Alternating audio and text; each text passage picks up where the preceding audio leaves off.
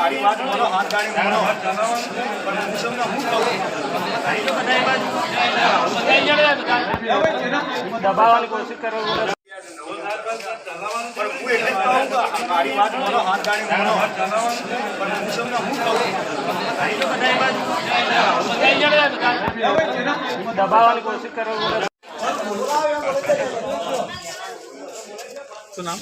મારું નામ શેનમાં રાહુલ છે. અમે એટલા માટે ભેગા થયા છે કે અમારો કંઈ 2-2.5 મહિનાથી પગાર થયો નથી.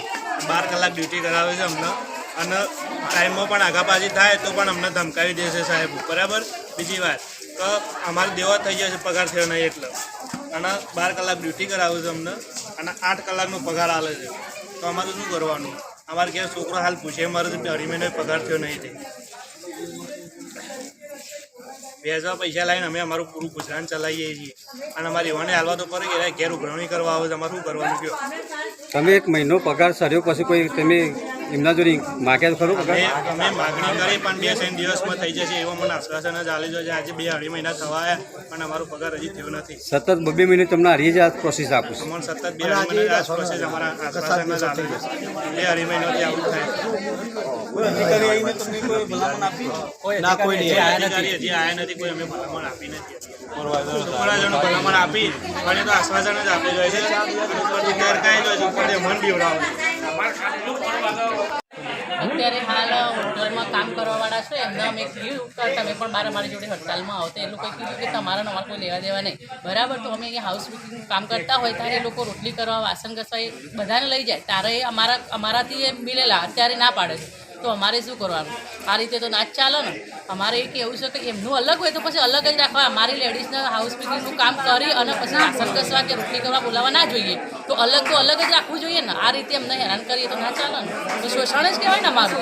અને અમારે 9 કલાક 8 કલાકની નોકરી તો લોકો 9 કલાકની નોકરી કરાવો. મેં 8 કલાકની વાત કીધી. 8 કલાકનું કીધું એટલે કે તમારે રિસેસ નહીં મળે. 8 કલાકનું રિસેસ માટે અમારો 1 કલાક લીધું છે એમને. પગાર મોડો હોય ચાલો પણ મોડા આવીએ ના ચાલે. એ તો એમને કીધું કે તમે નોકરી 8 કલાક 8 1 મિનિટ અમે મોડા આવીએ તો એમને એમ કીધું કે આ લોકો 1 મિનિટ મોડા આવો તો એમને એપ્શન મૂકી દેવાની. એ 8 ને 1 આવું તો એપ્શન મૂકી દેવાની. આવી બધા અમને ધમકી આપી.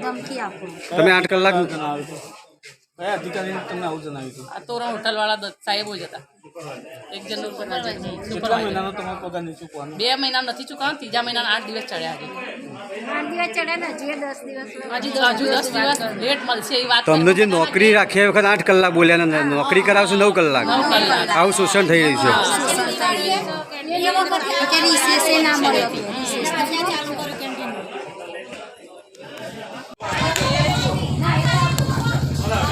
નોકરી વાત કરીશું જ્યારે પગાર આવશે ત્યારે ભાઈ તમારી મારી વાત ના ભળ્યું કશું.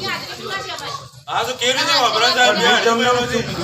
તો આ 3 મહિનો હેડ અઠવાડિયું એક દાડો ચાલે એવું નહીં. કેમ અઠવાડિયું ગયા તમને? આટલા દાડા દિવસથી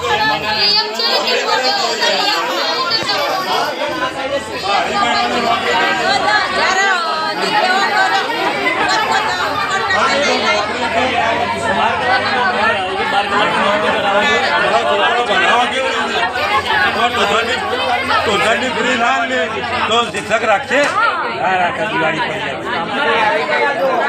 હાથ દ્વારા હાથ દ્વારા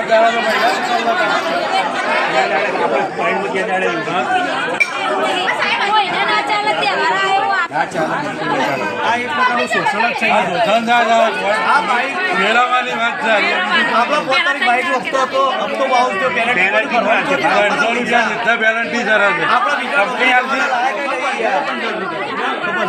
બીજા તો નોકરી કરતા ચાલે પણ 12 કલાક કોઈ પડી રહીએ છીએ તો બીજો પૈસા તો ત્યાં આવું આપણે. પણ પેટ્રોલ પર ઘેર જવા પૈસા ને 50 રૂપિયા ગીજામ નહીં પડે.